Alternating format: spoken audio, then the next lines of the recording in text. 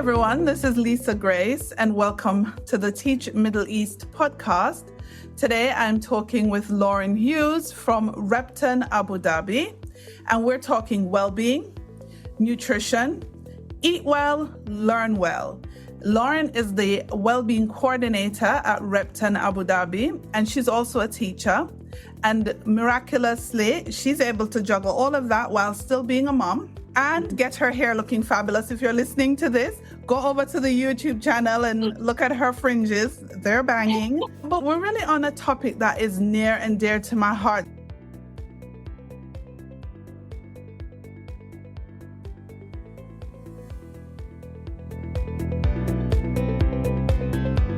You are listening to the Teach Middle East podcast, connecting, developing, and empowering educators. So we're going to jump right in. Let's first welcome Lauren. Welcome to the podcast. Hi. Thanks, Lisa. Thank you so much for having me. Very excited to be here. Thank you for being here. See how loud I am? You're going to have to get loud with me today. Okay. She has the soft, beautiful voice, guys. She's not like me. It's the inner yogi in me trying to use my yogic voice. I'm going to use a boom instead. I'll use my outdoor voice. Please use your outdoor voice. We love a bit of yoga, but today we really want to hear your out voice, your outer voice. Lauren, why is well-being so important to you? Okay, so I've been teaching for nearly 12 years now. And ever since I started teaching, well-being was something that to me felt very natural in terms of surely if a child's well, then they're going to learn. And it was something that always felt very important to me. But right at the beginning of my career, we weren't anywhere near where we are with well-being within education at the moment. So whenever I tried to mention it, it was kind of, okay, back to maths and English, which of course has its place.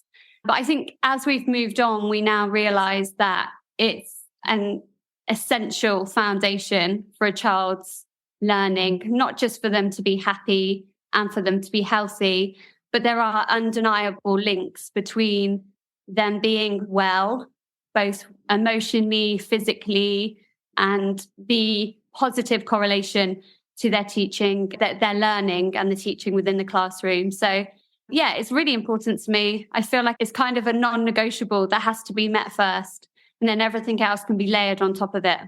You are so right. What sparked this new turn of events? What do you think has sparked it? Because without aging myself too much, I have been in education for about 24 years this year. And in my formative years, no one mentioned student well-being. It was just not a thing that was mentioned. But recently there's been a change. What has sparked this change, do you think? I think COVID kind of brought it to the limelight because we were teaching and learning in a very different way. And we suddenly had to be very mindful of what was happening in our children's homes, how they were physically, obviously, whether they were well enough to learn or if they had COVID, but also how they were dealing with that isolation, that social isolation. But also, I think if we look at how maybe our parents or our grandparents would have learned, they were living in a very different world to the world that we're living in at the moment. And whilst we've made strides in many ways, I do think the cost of modern living has meant that we need to probably explicitly talk about well-being more than we would have had to, say, 50 years ago. Because we would have been living in a way whereby we sort of arced back to that tribal sense, you know, like you would be living where maybe your auntie would be living up the road, your grandma would be living down the road, your granddad would be there. You'd have all of your support system around you. And parents had that, more importantly, not necessarily you as the child, but the parents had that. And so the whole notion of it takes a village to raise a child, and we're not meant to do this thing called parenting alone. We are doing that now. You know, we are living in a completely different world. And I think, unfortunately, we're now seeing the medium to long-term effects of that. I think we only have to look at mental health statistics to know that something really needs to change. Our priority has to take a shift. We strive for a world-class education here at Repton, but we also know that there's no point in us sending these young people out into the world with every letter after their name if by 21 they don't have the maybe emotional toolkit to make sure that they are well and able to live a wholesome and happy and fulfilling life. But also if they've got diabetes by the time they're 21 and they don't have their health to enjoy that wealth of opportunity that we've given them with education, we have to prepare them for a world in a much more holistic sense. I think that's our duty of care, I think. Yeah, no, you're right. And we're going to come back to that whole piece in a minute, because I can remember not hearing anything about well-being. I think the closest we would go back then is safeguarding, making sure the students aren't being abused. But no one looked at the subtleties of well-being. And I think it was just a different life. Maybe it was that we didn't need it so much back then, or maybe we just know more now and we can't unsee it now. We have no excuse. You know, it's like maybe they had the excuse of ignorance then, and plus the fact they were living in a very different world, a much more well-supported world, emotionally and socially. But we can't close our eyes anymore to this stuff, I don't think.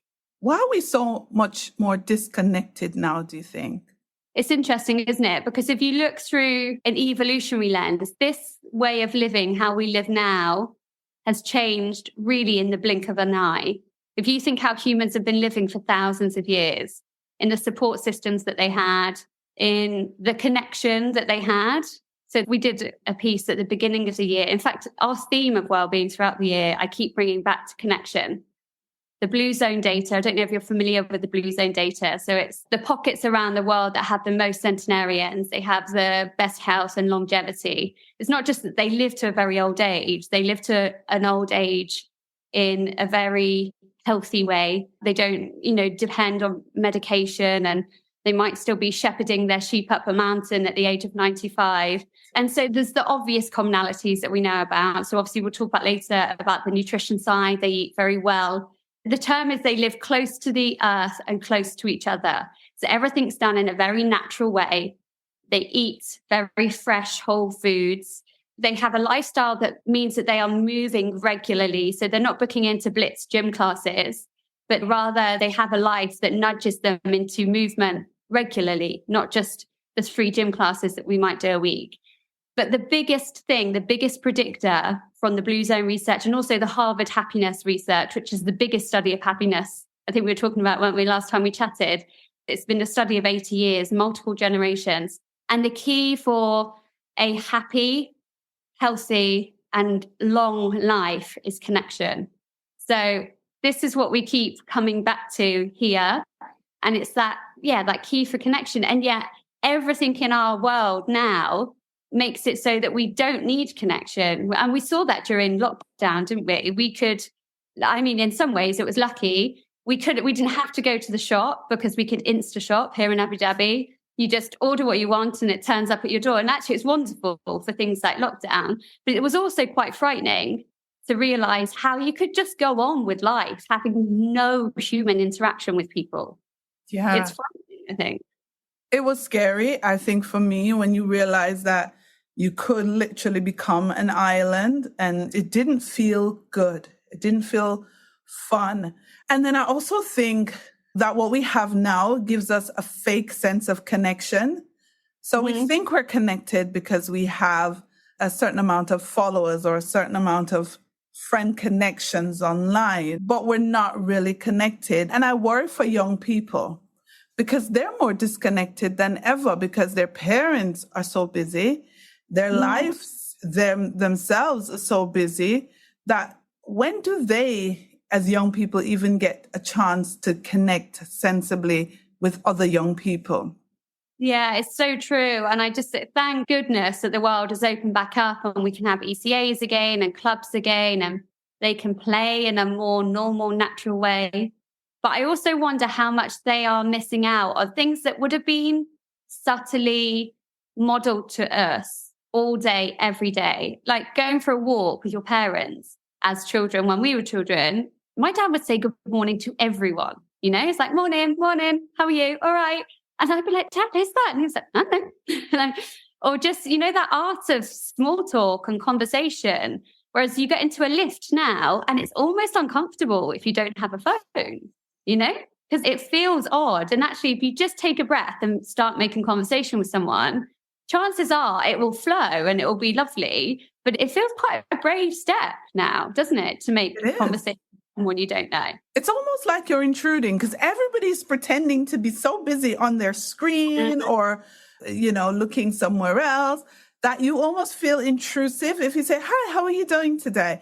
Like, they probably will look at you as if you're a stranger, or maybe you would feel that way. Maybe they wouldn't. Maybe they'd love the chat. Yeah, but it's not our normal now, is it? So if you think, I was reading something yesterday, if you think when you used to queue up for a coffee in a cafe, so whilst you're waiting, you might have a conversation with someone next to you. Or you might just stand and just look around and really think about what you want. So it's much more mindful, much more intentional what you're getting, rather than just getting there and going, oh, I'll have that, and that. But also, we've missed those moments to just daydream and look out of a window and problem solve. Like, we never have that anymore. And cognitively, that's so important to daydream, to be bored and then to get bored of being bored and then get creative. And none of us have that anymore. And I mean, I'm not speaking from a purist point myself, because I'm as bad as anyone else. It's habitual. I get onto a train and I get my phone out. I get onto a plane, I get my phone out. I get into a lift. It's just noticing, I think, those habits that before long, that it's odd not to do that. When you talk about that, I reflect because I'm bad.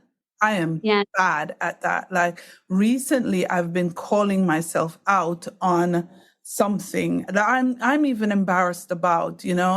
My son wanted to talk to me about something, and I had my phone in my hand, and he literally had to say to me, Mom, I'm talking to you.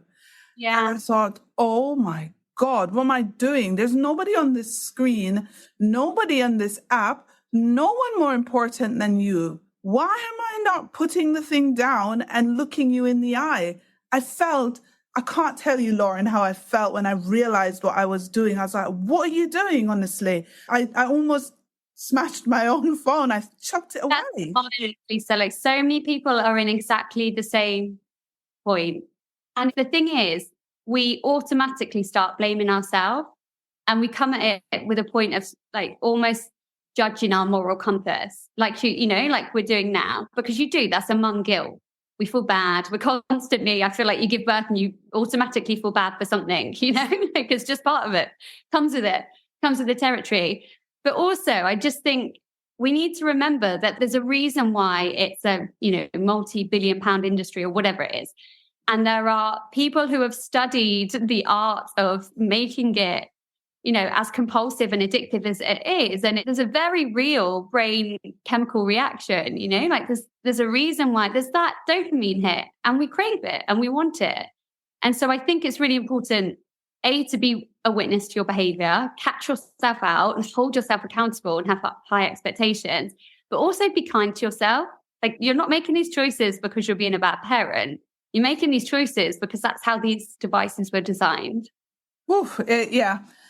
So let's go back to student well-being, because we could talk forever and ever about this, because I loved the way you approached it at Repton, where you didn't just put a few programs in place that were normal in terms of, okay, maybe they need to play more, which are all good, but you looked at it from the point of eat well, learn well, and looking at what nutrition does for students' well-being. What were you thinking when you thought of that program at Repton? Well, I think there's obviously lots of different pillars of well-being. And in many ways, I kind of argue that they can't be dealt with in isolation. But I felt like we were at a point with well-being here. We'd raised the awareness of it, and we'd kind of shifted it up the list of priorities. But I felt like we were ready to take a deep dive into it. And we were already doing things within school based around nutrition. So we would have lunchbox policies and healthy lunchbox sticker programs. And really lovely things happening in school. And there's obviously parts of the curriculum, the science curriculum, that teach children about healthy nutrition and why it's important to make healthy choices. But ultimately, we're dealing with children who don't do the shopping, who don't write the shopping list, who don't decide what's in the cupboards. And also, we're dealing with children who are hugely influenced by the marketing and the marketing of the food industry. And so I wanted to make sure that we were bringing the people into the room who were the decision makers for these young people. And in my mind, that didn't make any sense to do it without the parents. And so that was why we decided to bring them in. We had a look. Again, I've always tried to come back to the idea of I really want to substantiate well-being. I think for a long time, it's had this kind of notion and connotation of being a little bit woo-woo and a bit of an extra, and it's the first thing that falls off the timetable when you're a bit tight for time. But I wanted to substantiate it in science. And so I knew what I wanted to share with our community, but I'm not a clinician, I'm not a medic, I'm not a dietitian, I'm not a nutritionist, I'm not a psychologist, but I wanted to talk about all these things, but as in that would be the how, like how can we make this applicable to our families' homes? But then I wanted to bring in the big guys who specialize in this area and be our expert key speakers to tell us why it was so important. And I could look at the studies, but I'm not speaking from a place of this is my job and this is my specialism. So we got, I think it was 12 expert speakers from around the world. 6 of them came into our sessions with us and had live panel talks. Some of them zoomed in. So yeah, they provided us with the science and the stats. And then we said, right, what does that practically look like at home? So yeah, that was where it all kind of stemmed from. We know there's, for any teacher out there that's seen, that's been in the classroom, or any parent, in my house, we call them sugar tears. Like I know if my child goes to a birthday party and has far more sugars than they're used to and lots of cake and whatever else comes with those kind of celebrations, I can probably give you a 20-minute countdown until the tears come on, because you see it, it's just, I was just thinking if a child, we've got no other opportunity or very few opportunities where a child is engaging with this behavior 2-3 times a day within school, and then obviously 5 times in that whole day.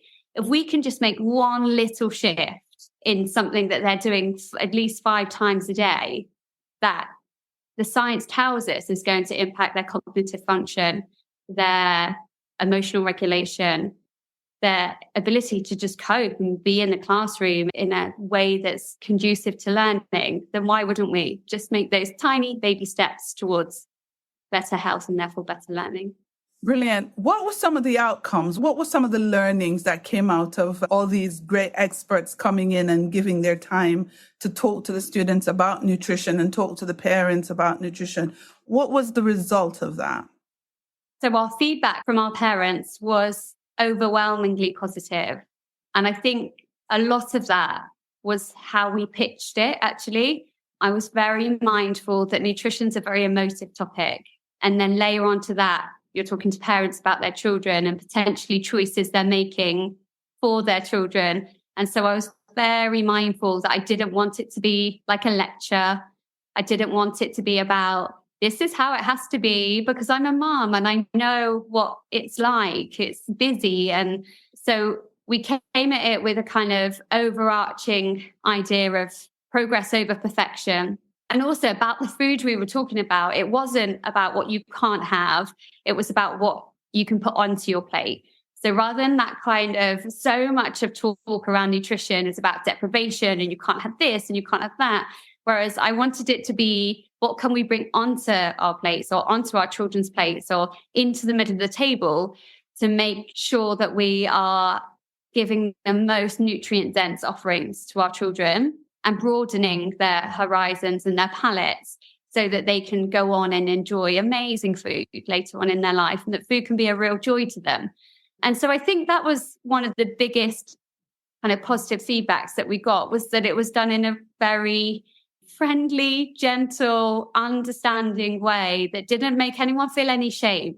There's enough shame in the world of parenting, I think. There's enough judgment. No one else needs that.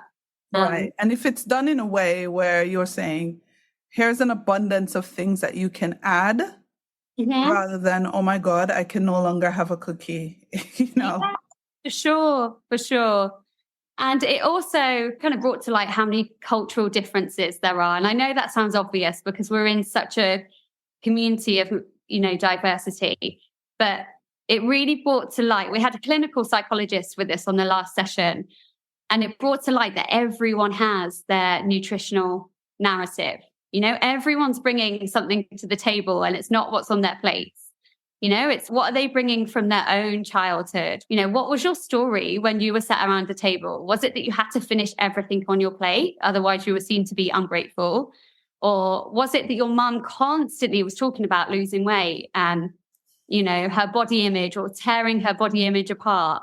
We're all consciously or subconsciously bringing that to the table. And so that was really interesting. We dived so much deeper than the food pyramids.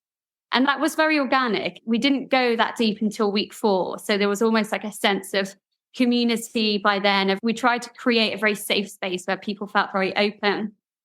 But yeah, it was interesting. I kind of just let it go to wherever our community wanted to take it, because that's what it was, a community project. But yeah, there were some really big learnings. And I don't think I understood how much stress surrounded food and meal times for many families. Yeah. And especially with young people who don't want to sort of try new things, or it can be very, very stressful, and parents have to choose their battles. And sometimes we give in because we know that what we're putting on the plate isn't entirely the healthiest. But today we don't have the strength to fight that battle. And so we just do what we have to. Sure. And that's the thing, everyone is doing the best they can with the tools they have available to them.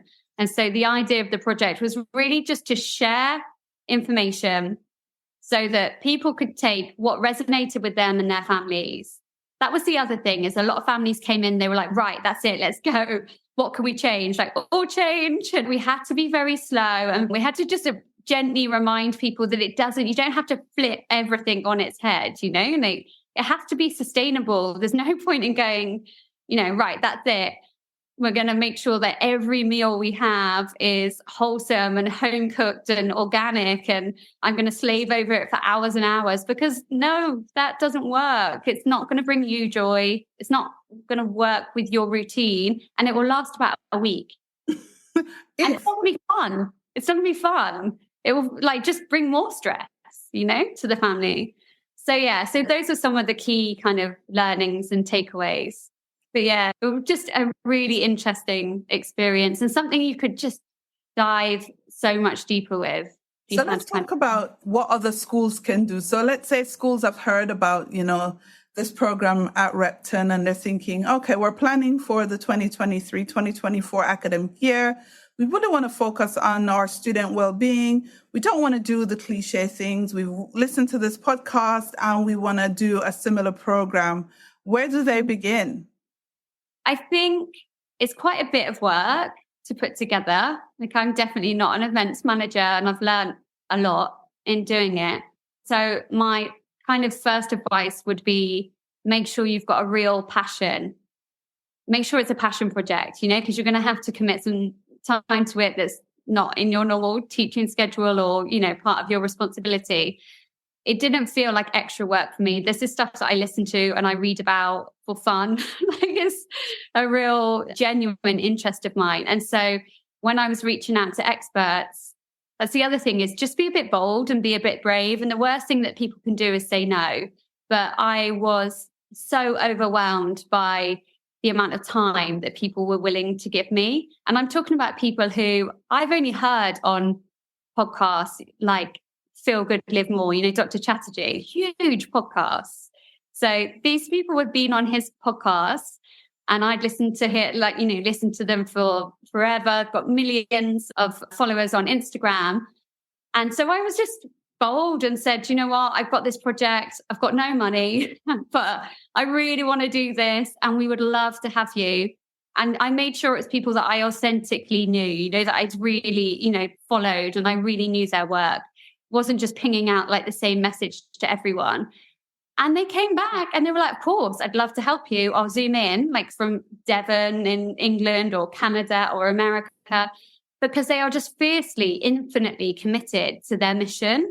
And so, so that would be my recommendation, is make sure it's a passion of yours, because it will take some time, and reach out. Don't try and do it all yourself, because there are people out there who, this is their dharma, this is their soul's purpose. And this is if you can give someone an audience, they will talk about their passion forever. They're just grateful for the space.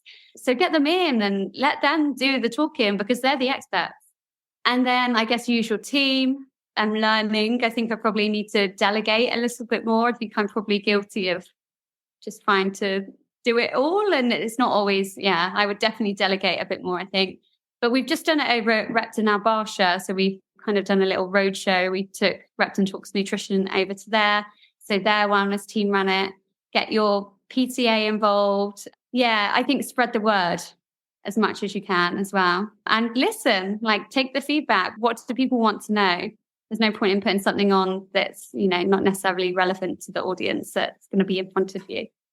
Yeah. When were these meetings held with parents? Are they like after school, or did you guys come in on a Saturday, or how did you organize it so the parents could get involved?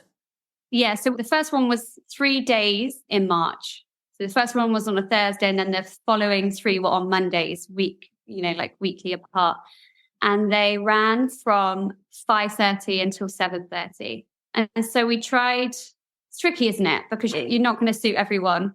Sometimes it's too late because you're running over bedtime. But if you do it any earlier, then you're not open to working parents. They can't be there.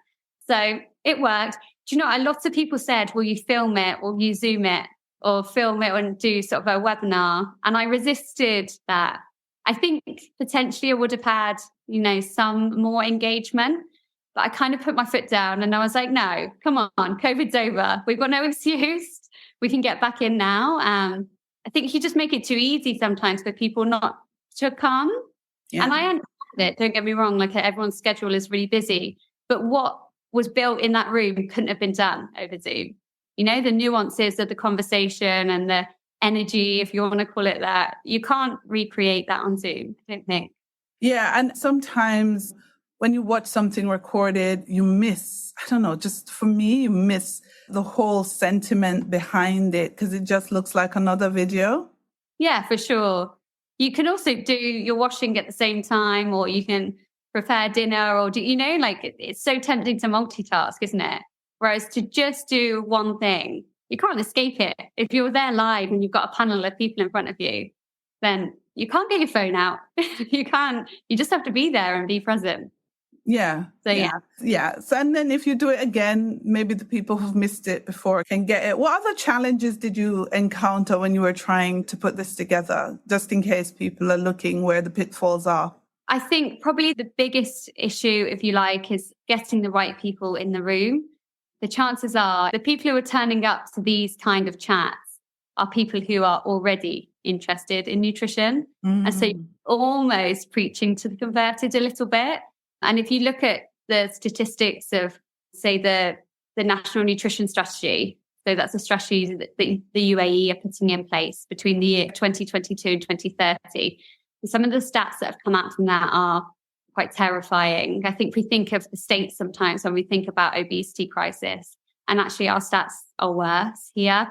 17% of children or teenagers are obese, not overweight, obese. Nearly 40% are overweight. But I'm not convinced that I had those people in the room, I think it's easy, not easy. That's probably an unfair judgment to make. But I think the people I probably needed to be talking to weren't the people who are going to turn up to those kind of things. But I don't know what the answer is for that. What can you do? I was about to ask you. My next question was actually, Lauren, how do we get those people in the room? Well, I don't know, because unless we have real policy change and really as a country and as, a population committed to changing the landscape of pediatric nutrition, but that would mean legislation change. That would mean making it policy within schools that we have nutritional literacy. And it's not, a couple of lessons doing the food pyramid, which is arguably outdated now, actually. it becomes quite almost, you don't want to dictate this information because there's obviously still personal choice too. Choice. Mm-hmm. Yeah, it's a hard one. But looking into the future, how do you envision the role of nutrition in education evolving? And what steps do you think schools should take to promote student well-being through healthy eating? Like I said, I would love to see a policy come into place that it becomes as important as the other things that we are teaching children. You know, it's a life skill. It's a real tool that they're going to take into their world that can not only help them with their learning, but it's obviously going to prevent them from major risk factors of chronic disease. So I would love to see that, but we can't dictate, what policies get pulled into place. But what we can do, I think, is create a culture whereby there's not obsession over healthy eating, because that can be dangerous too, I think, but rather it's celebrated, and that we are doing everything we can do to make holistic well-being authentically, not just kind of a tick box, not just a token, well-being week. It needs to be something that is happening every day. And it needs to run like a thread through every decision that we make, I think. But specifically with nutrition, I think we need to practice what we preach, so that there's the food that we're offering our children, maybe through our food providers, aligns with the message that we're telling them in these kind of workshops. Lunchbox policies are brilliant, but I think more guidance could be offered. And we've definitely done that here. But things like there's no chocolate in lunchboxes, there's no crisps in lunchboxes. I also think we need to really educate parents in this other hidden stuff, like if you go down that healthy aisle in the supermarket, you could buy all of the organic, healthy, prepackaged stuff, but ultimately it's still ultra processed foods. And it might have healthy this and healthy that, and it might be in a brown paper packaged and marketed beautifully. And I say this because I am that parent that's like, oh, what's that?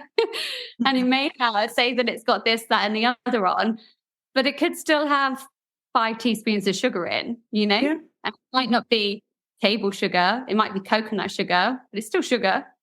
So I think we need to educate parents, because it's not everyone's passion project, and it's not the parents' fault. It's very misleading marketing sometimes.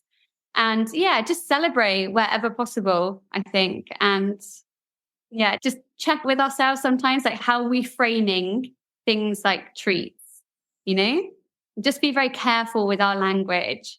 So if it's a treat day at the end of school, at the end of the year, does that mean that everyone's just going to smash 6 cookies and a packet of crisps? Is that really treating your body? Or do you want to be kinder to your body? It's not stealing all the fun and saying that no one can have any chocolate, but just really, I think it always comes down to self-respect and respecting your body and really bigging up self-worth. And what does self-worth mean? Because your body deserves better than that, because it's awesome. And you've got so much learning to do, and you're so capable and so bright and so clever and so strong. And let's make sure that you're fueling your body with the right stuff. Those subtle messages daily, rather than one big day of let's eat healthy. It has to be a daily thing. That's a brilliant place to end the pod, because I do believe that if we put it in our everyday practice, it will become far less daunting.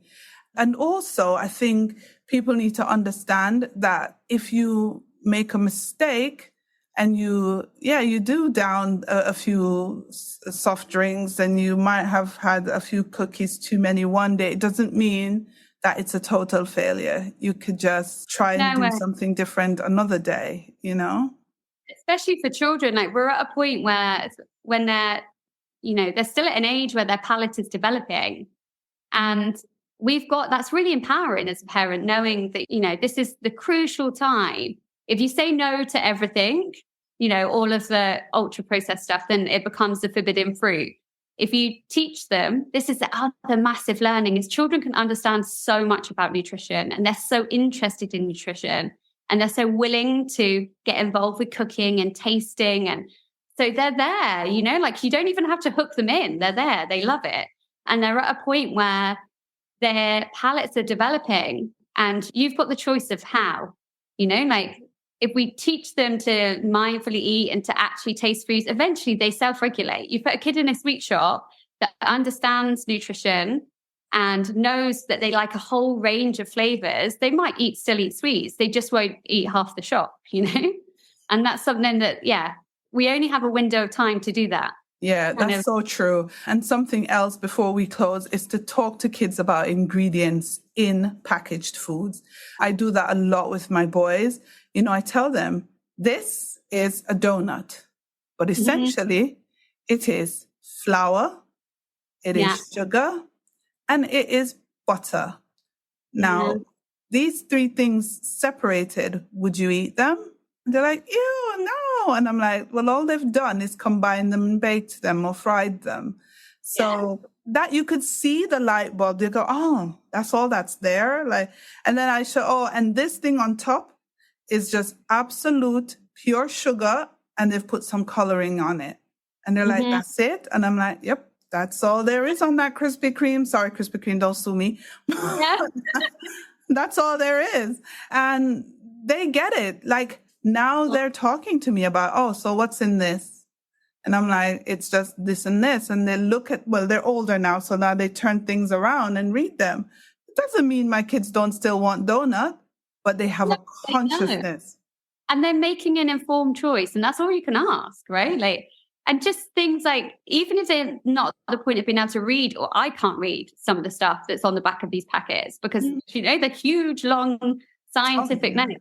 But just little things if they're counting more than 5 ingredients, then that's pretty processed. There's little hacks that they can do in a supermarket. And I just speak very openly. My my eldest is 9. And I say, look, there's a food industry that wants you to want that stuff because you're the most easily influenced slice of the market. So they're going to make it, put it at your eye level in shops. They're going to put it at the till because I'm pretty stressed by the time I get to a till and I've done the big food shop with my kids. So if you come to me then, I'm probably going to be at my weakest and be like, oh, whatever, just chuck it on the till and I'll pay for it. But also it's packaged so that it's bright and it's colourful and it's got all your favourite characters on. So once they start seeing this, I see what they've done there. Empower them. They're going to go out into a world where everything's advertised to them. So I think it's just and they can get it. 9 is a good age, and that exit when you're at the till. I told my kids, if it's sold at this section, it's not coming into our house. And so now, but I've been telling them that since they were 2 or 3 and 4 and 5, and so now they know. This is where it's sold. I guess we're not having it because I'm like, if it's sold here, you don't get it. Short-term pain for long-term gain, because now you don't have to battle with that every time you go to a supermarket. No, they get it now, Yeah. And so I guess our listeners with young kids, start telling them, this is where, and I always say, you can't have a treat from the sweet or biscuit aisle. That's not what, you can have a treat from somewhere else, but not those aisles. And so it kind of limits where the treat comes from. So I don't end up having to buy any.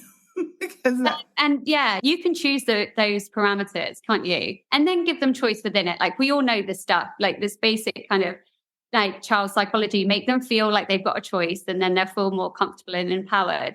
But things like we're choosing what's going in the cupboards. If it's not there, the ultra processed stuff isn't in the cupboard, they can't eat it. You have the choice, mums and dads, and I don't say that from a lectury space. I mean it from it's quite empowering to think, actually, we can make most of the choices and then they can make their little choices within that, And if the parents help them to empower them, they'll go to school and tell their friends, why are you eating that? Do you know what's in that? That's just blah, blah, blah. Don't eat that. And that's where cultural change happens, right? It happens with the peers, and then you've got the parents on board, you've got the teachers on board. And then what you think are just these kind of baby steps become, over the course of the impact over a school potentially could be huge. That's what I hope. Yeah, that's our hope. Lauren, thank you so much for being on the podcast. Great. Thanks for having me, Lisa. Thank you for doing awesome work and sharing all of your good stuff. And thanks for giving us people a voice. And I love listening to your guests. So you will be keeping me company over the summer. Oh, thank you. Thank you so much. Thank you for listening to the Teach Middle East podcast. Visit our website, teachmiddleeast.com, and follow us on social media. The links are in the show notes.